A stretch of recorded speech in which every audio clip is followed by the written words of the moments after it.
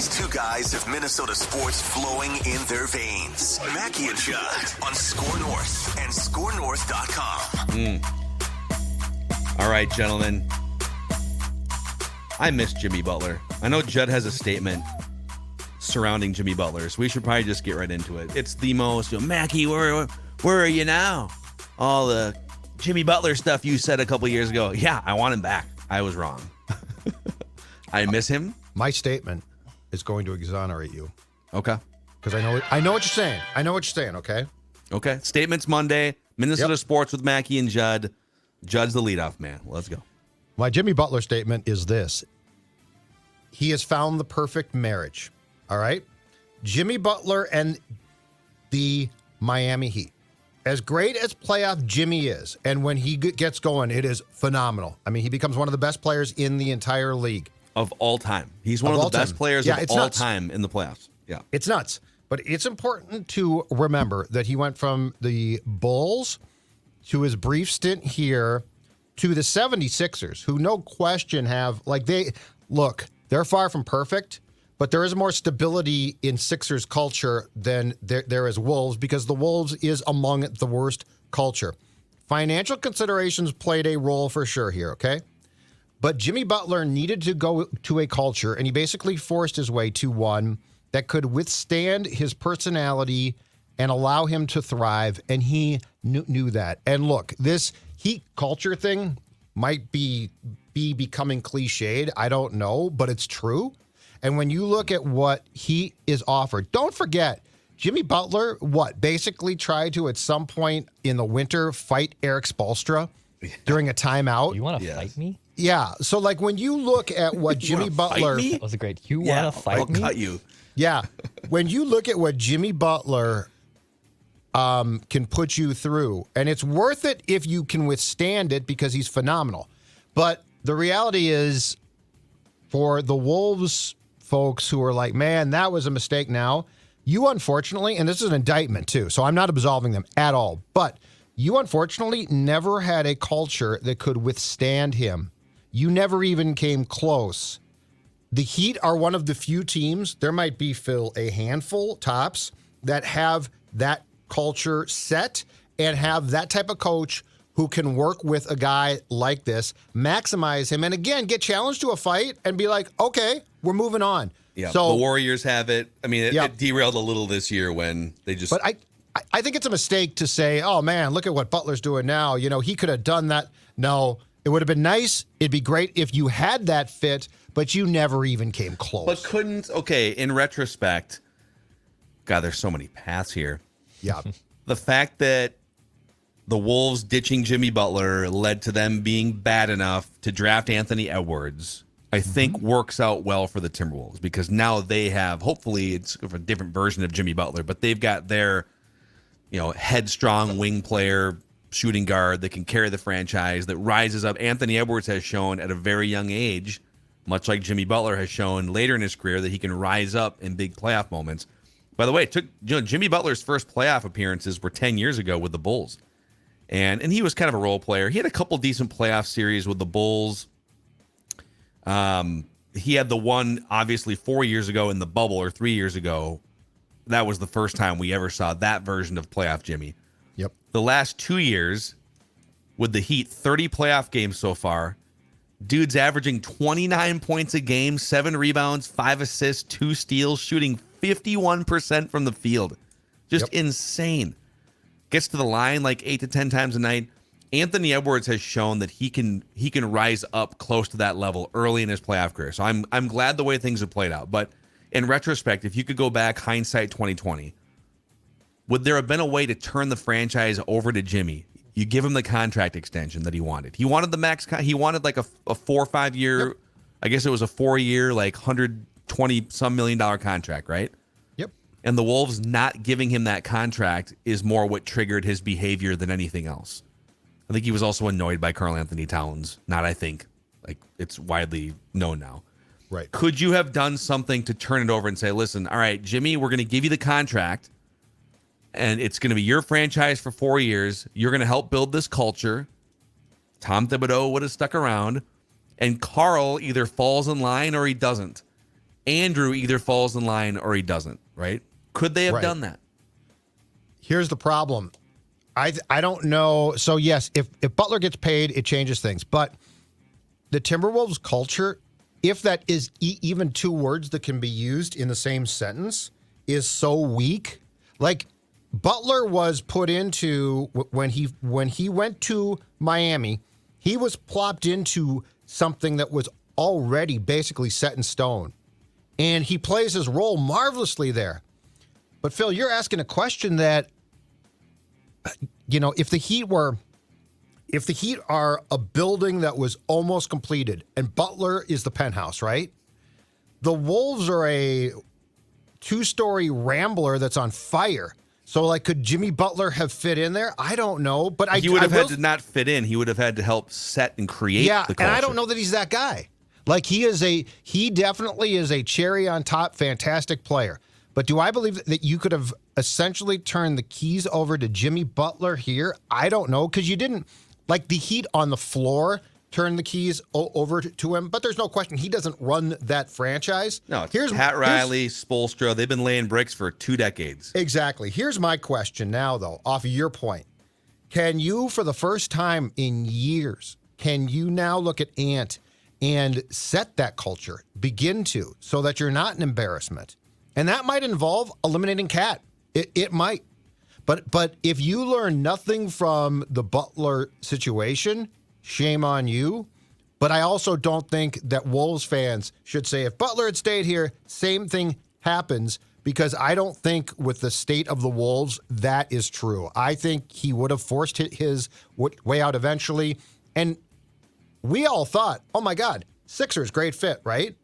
He forced his way out there too. So, well, what's funny, I think, and again, a lot of this is just me shining a light on myself for being very wrong about Jimmy Butler in some certain ways.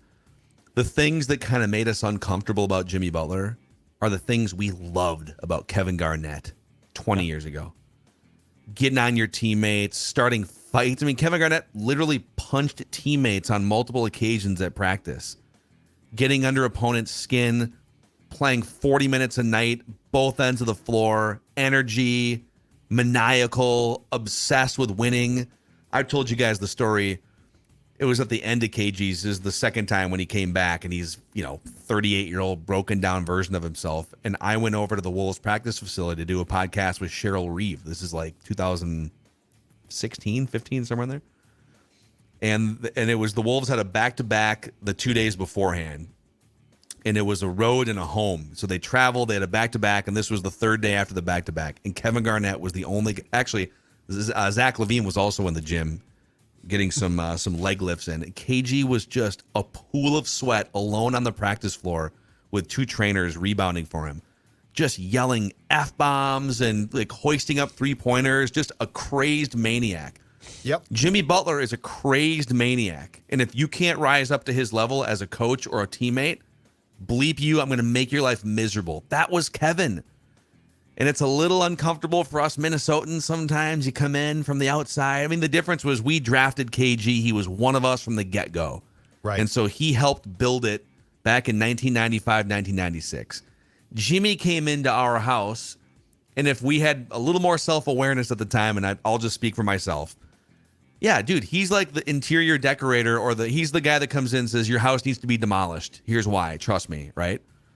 But he didn't have any credibility either. He had never made deep playoff runs at that point. Now he's like carried a team to the finals, about to go to the finals again. So, well, I don't know. I miss the guy. And plus, we thought that Cat was going to be, as you said one time, and write that down, the man.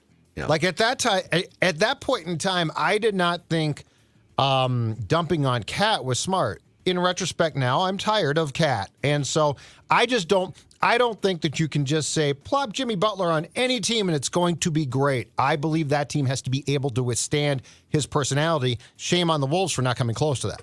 Yeah. All right, segue here. Speaking of Wolves culture, I am convinced Rudy Gobert is headed for an MVP season next year. What? Did you see how he started his offseason preparation? Yeah. We talked about it with Royce on Friday. Yeah. 64 hours in full darkness. So you guys did this with Royce, but this is the first time I've been able to talk about this. Yeah. One of the most powerful experiences I've had in this lifetime, he sent out on Instagram. Thank you, Sky Cave Retreats, which is the company that Aaron Rodgers worked with to do his 4 days of darkness. So before the darkness retreat, Gobert told the Star Tribune during exit interviews, quote, "I really plan on having the best summer I've ever had and really come back like I want to have the best year of my career next season. I know that this summer I'm going to put myself in positions I've never put myself in before, starting with 64 hours of full darkness, Aaron Rodgers style. Get rid of your FIBA international BS. So is he not doing that for sure? Start by meditating on what went wrong this year. I love it.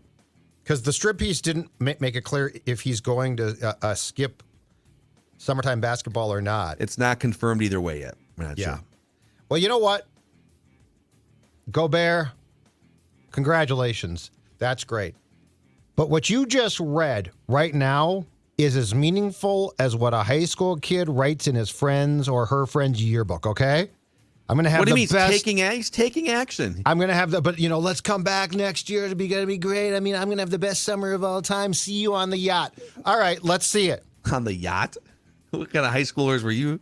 Minnetonka. That makes sense. Yeah. Yeah, Edina. They're on the yacht. They're on Daddy's yacht. Ball field and then and I went to Benilde, and I at the time, me too. But anyway, let's see the action now, and let's see him pay this thing off, please. I think it's a great way to start your off season. I'm starting to come around on the idea of a darkness retreat. So apparently the first couple days you just sleep, according to the website. Yeah. But then by day 3, you can experience more intense reactions. Like, for instance, you might have heightened sensory sensitivities, visions, lucid dreaming, and other profound and insightful experiences. Maybe the profound experience for Rudy Gobert was don't punch your teammates anymore. Maybe we could start there. Oh, I came out of the darkness. I decided I'm not going to punch my teammates in 2023-24. It'll be great. I'm going to catch a pass in lane heavy traffic. Yeah, exactly right. Unless you came out with your hands now soft as can be so that you can catch a pass, don't tell me about your darkness retreat. Right. So I'm excited about the way he started his offseason. All right, Dex. You just did that to troll me. I know you did. All right, my statement is, if Denver can do this, why can't the Wolves? The Nuggets are now a game away from going to the NBA Finals here, okay? Does Connolly get a ring?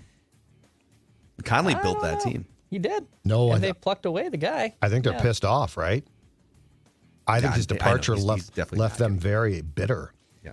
But watching how Denver has done this, right? Obviously, finding a joker, finding one of the MVPs into your lap in the first round certainly helps. Finding Jamal Murray certainly helps. But having internal good drafts, making savvy moves when you have to, being a mid-market team, figuring out ways to win in a crowded Western Conference, and finally kind of getting over the hump, right? Like, Denver has been really good for the last 4 or 5 years. This is why they hired Connolly. Everything you're saying, let's hire the guy that built that.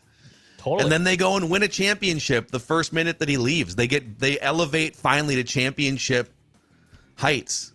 If you're Connolly right now, what are you thinking? And looking at Denver's fan base, and we talked to Dane Moore about this even a few weeks ago when we ran into him, and I've had friends that lived in the Denver area that have now moved back and vice versa. That town, they like the Nuggets, but they're not in love with them.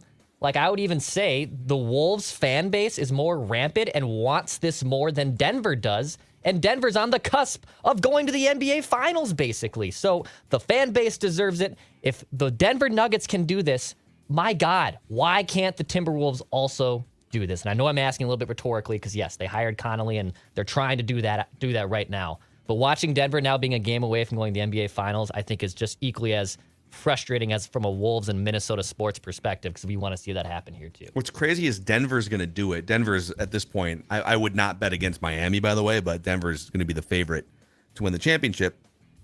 They did it without a big blockbuster Rudy Gobert type trade. I mean, they've built this with Jamal Murray, with Joker, with a bunch of great complementary pieces around, and some smaller deals.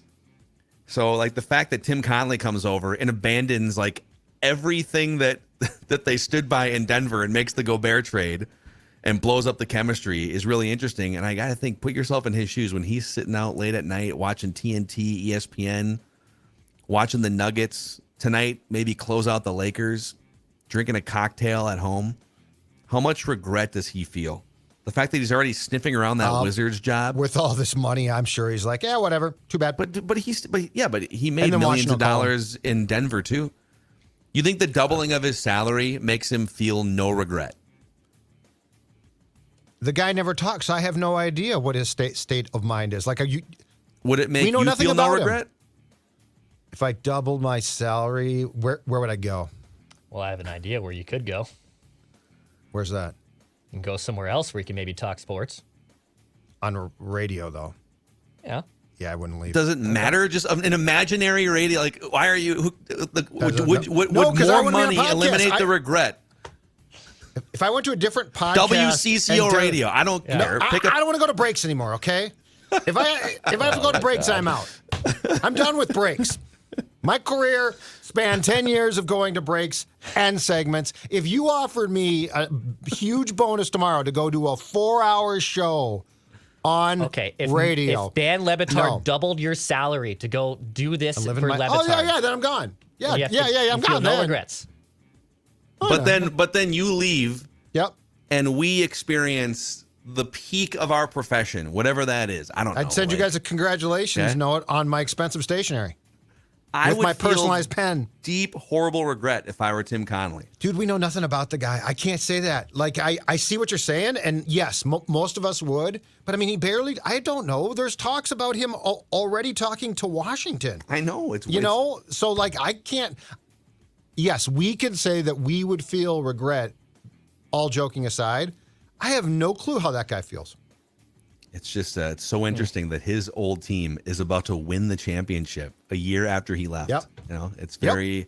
He's probably like, a lot of my players, this was going to happen. Yeah, whatever. I don't know. And when we come back, we'll have more statements. No, I'm out. Yeah. Actually, I do have let me throw another Wolves log on the fire here, real quick here. Yep. Just a quick statement here. All right, just a quick one. Okay, it turns out D'Angelo Russell, he was taken out of context in the Athletic Q&A when he said, "I'm a killer." Really, the full quote should have been, "I'm a championship hopes killer," is what the quote could have been. So D'Lo, in the 6 games since he said, "I'm a killer and the Timberwolves are holding me back," he is now shooting 35% in those 6 games. He's been played off the court multiple times. In the 3 games in this series, he's averaging 7 points per game on 30% shooting. Yeah. He's going to be playing he's more likely to play in China than to get anything close to a max contract when he hits free agency this offseason. He is turned into the definition of a journeyman. He's just going to bounce from team to team. Yeah. It's kind of amazing. There's some clips going around of him just jacking up a couple shots that are out of context of the offense and then loafing back on defense and LeBron rolling his eyes and stuff. So, yeah, D'Lo, maybe don't come out and thump your chest in the middle of a playoff run in which Conley you are prepared to handle it. He saw that one correctly. Yes. I'll give him that. Yep. And it's funny, actually, Nickeil Alexander-Walker has probably done the best job of any player in the playoffs at slowing Jamal Murray. Mm-hmm. So the Wolves, the secondary piece of that trade winds up being a... And at least Conley's a professional. He's older, but he's a professional. Okay, before we get to some additional statements here, a shout out to our friends at Nutrisource, the official pet food and dog food of Mackey and Judd and Score North. Maya Mackey enjoyed a giant scoop of Nutrisource breakfast this morning. Look at this. This is new footage of Maya here. I was going to say, that looks like... Oh, wow. Dude, awesome. Have you ever seen a dog happier for anything than Maya is for a giant scoop of Nutrisource chicken and rice? Like, her jumping is so very slow. She's like the Matrix, man. She's just like hang stuff. She's Jordan, air. Yes. Oh, and there is Stella. You know what? 6:15 this morning. It was pop, get your ass out of bed because I want my Nutrisource right now. And then before I left, of course, she went outside, and when she came back in, got training rewards treats as well. Nutrisource. Stella's about 12 or 13, but healthy and happy. And I'm going to tell you right now, Nutrisource plays a big role for an older dog or a younger dog. Oh, little Vinny boy. I was telling Phil off Mike after the big move. I took him down to the park, and this was the first time. He's in the city, so he's, and you should always keep your dog in a leash. Don't get me wrong. But, Yeah, don't take the dog off leash. Big field. I wanted to see if he can, play a little bit of fetch, get some energy out, and he came right back every single time, mostly because he loves chasing a ball. And then the second part is the Nutrisource for training rewards treats. Help him come back to mom and dad to make sure you stay close and you get rewarded for those treats and listening well. Love it. NutrisourcePetFoods.com, NutrisourcePetFoods.com. And a quick thank you to Dennis Kirk for supporting us here at Score North. It's been a long winter, but now we have finally emerged into 75-degreeville. And so it's riding season. Whether you ride a Harley, Indian, Metric Cruiser, sport bike, you'll find what you need at DennisKirk.com so you can ride more and wait less. Over 180,000 parts and accessories in stock, clothing and helmets as well. Shipping is free for orders over $89. And if you order by 8 p.m., they ship the same day. Everything you need for your ride at DennisKirk.com. All right, back to Judd here. All right, non-sports one from me. Okay? Here's my statement. After taking Stella for a walk, of course, on a leash on Saturday, my statement is, put your dog on a leash. I hate when people don't. That's the drive-by. I hate when people. I saw a guy in the park, some D-bag in the park without his dog on the leash because people think, oh, my dog's not going to do something stupid. Okay, it's a dog. I'm on Team Judd here. Yeah, it's.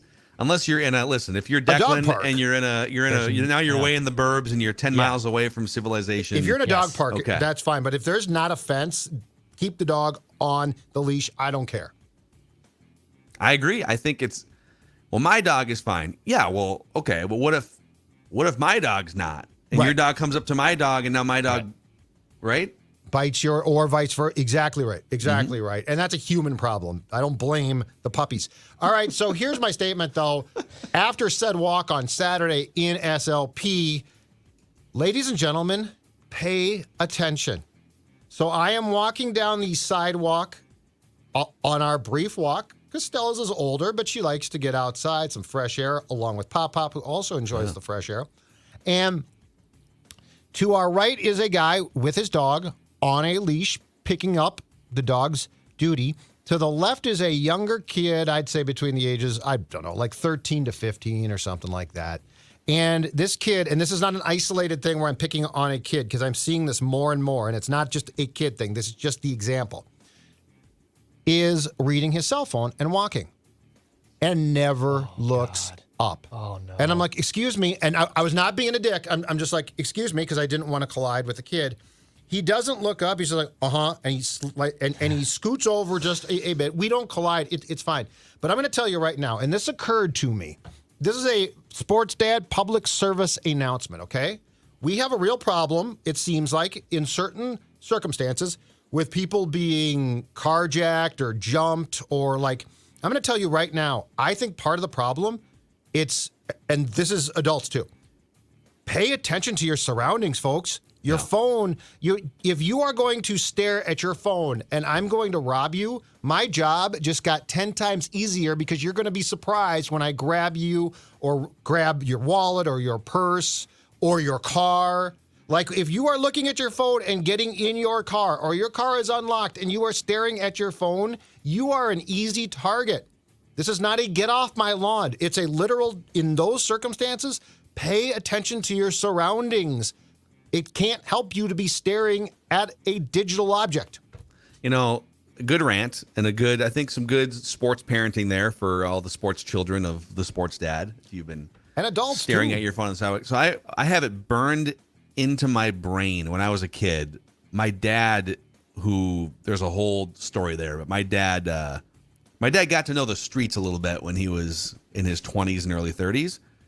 And he would tell me when I was a kid, always assume, like, when you're walking down a sidewalk in Minneapolis or wherever, instead of walking next to the alleys, walk on the other edge in case someone's around the corner. Like, always be thinking about bad things that could happen. Yep. Street smarts, be aware, right? And I'm with you, man. Like, you walk around, people are just, like, staring at their phones. It's this.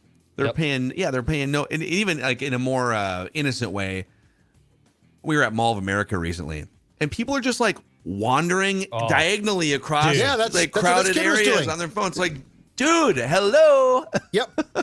I hate that when you're on a sidewalk like that, because when I used to walk around now my former neighborhood, the North Loop, and sometimes those bridges, especially that first one on Plymouth, it's narrow, right? Like it's a narrow bridge. Maybe two people shoulder to shoulder can walk. But if there's oncoming, pedestrian traffic, single file. If I have to go like this now because you haven't gotten out of the way, Yep. get out of the way, dude. There's multiple people coming up and down the sidewalk. This is not your sidewalk. Shift over. Single file. This isn't difficult. We've God, lost it drives me apparently nuts. all social sense, I think, in the last 5 years. Phones, pandemic, people get out in the wilderness now and they just like don't know how to behave, how to act. Dex. All right, yeah. My statement is moving is never fun. All right, that's the fun part of it. No matter how prepared you are, and I had a ton of help. Shout out to my fiance's family. They did a ton of work helping get all of our crap from our apartment into a U-Haul, out of the U-Haul, into the new place, up some steps. It's obviously not the most fun experience. But statement within the statement of moving always being stressful, why is getting internet turned on still a problem in 2023? Even when I'm kind of in a community living area, and they claimed in the email, even got emails from the property, emails from the internet provider being like, everything is self-installed. It is good to go. You just got to connect to the Wi-Fi and the router, activate the information, you're good. Of course, I get there. Doesn't work. All right, let me call the service line. If you have problems, contact this number. Always at the end of the instructions. Contact the number and go, oh yeah, looks like we're gonna have to send a technician out there, I guess. And because it's Saturday, we don't have technicians working on Saturday. And because it is a Saturday afternoon and we don't know the schedule yet, you're probably looking at 3 days without being able to get internet. It is 2023. Internet is now at everyone's disposal. Why is this so difficult to set up on time instead of me dwindling? Now, I was busy yesterday because we were unpacking, so I really didn't need internet necessarily yesterday. You need to be distracted by it. But tonight and now tomorrow, and with everyone now working from home more, like my fiance's company is not located here, so like she has to now go somewhere else to work because we can't figure out how to have internet just universally set up and ready to go. Dude, I was trying to count. So since leaving for college, I've lived in 9 different homes. Pretty sure it's 9. 0 for 9 on internet being readily available upon moving. 0 for 9. You're 100% right. It's incredible. Why can you not just, and it's always a technician that has to come out, but we can't get out there for like 4 more days, and so you won't have internet for 4 more days. We love the place we live now. It's great. It's awesome. But it was told to us too. You just have to plug in. Everything's ready to rock and roll. Plug in. You got your fiber internet. It's going to be great. Fastest internet you're ever going to have in your life, right? You blink and there's 10 websites open on your computer now. It's awesome. And of course, like you plug in, it doesn't work. Technician comes out. Only they know like where the panel is and what the switches are and stuff. It's all a big scam. I feel like to get technicians to come out to your home and check on things. So you're right. It drives me. That's the thing that drives me. It gives me the most anxiety and drives me the most crazy that you just can't flip a switch and have internet on, apparently, when you move in 2023. That is bizarre. That's absolutely bizarre. Judd hasn't moved in 3 decades. So I haven't moved since 2000. So you didn't have it in Seattle of all places. So we were told, hey, it's ready to rock. You just have to plug in. Here we go. And then like a technician had to come out the next day or 2 days later, open a panel, figure it out, spoke a bunch of gobbledygook that I have no idea, and then it worked eventually. Yeah. The last place, that was the last one where I plugged in and it did. It was ready to go. Apartment though, right? Apartment. Yeah. Mm-hmm. You're right that houses are a little houses different. are a little typically dicier. Apartments, you need more readiness. Yeah. I feel like the key is to have a when they say it's going to work fine, you say, yeah, you know what? Send me a technician.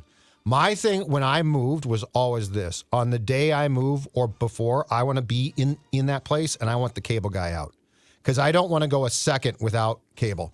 So I'm not going to put up with this. Well, it didn't work out. No, you're going to be out there and you're going to install it and make sure it works. You're going to sleep over the night before. Yep. We're all going to get up. I want the person at my door. I always told Dawn, I want the cable guy at my doorstep when we show up.